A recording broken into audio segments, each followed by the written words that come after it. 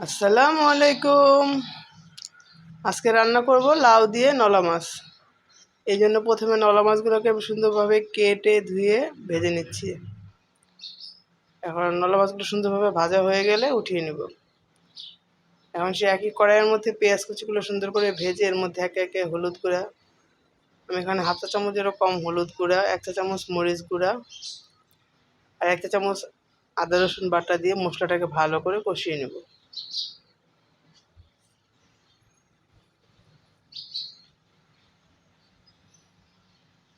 মশলা সুন্দরভাবে কষানো হয়ে গেলে এর মধ্যে দিয়ে দিব স্বাদ মতো লবণ। এখন মশলাটা খুব সুন্দরভাবে কষানো হয়ে গেলে এর মধ্যে আগে থেকে কেটে রাখা লাউগুলো আমি দিয়ে দিব।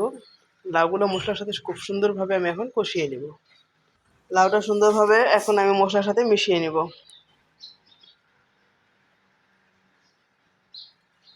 এভাবে করে লাউটা ভালো করে আমি কষিয়ে নিব। এখন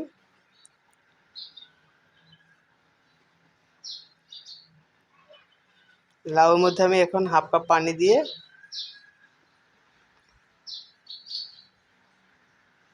ঢেকে রান্না করব।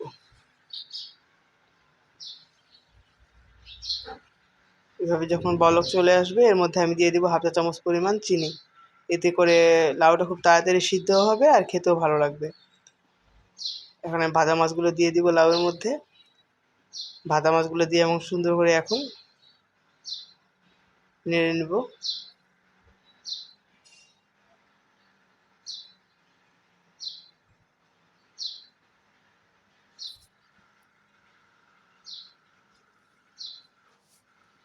উপর থেকে কিছু ধনিয়া পাতা ছড়িয়ে দিব আমি।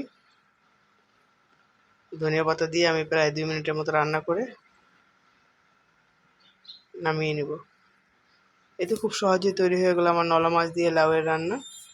এটা খেতে খুবই ভালো লাগে। পাশে অবশ্যই একবার ট্রাই করে দেখবেন। এতক্ষণ ধরে ভিডিওটা দেখার জন্য আপনাদের সকলকে অনেক অনেক ধন্যবাদ। আর যারা আমার চ্যানেলটাকে সাবস্ক্রাইব করেছেন তাদেরকে অনেক অনেক ধন্যবাদ।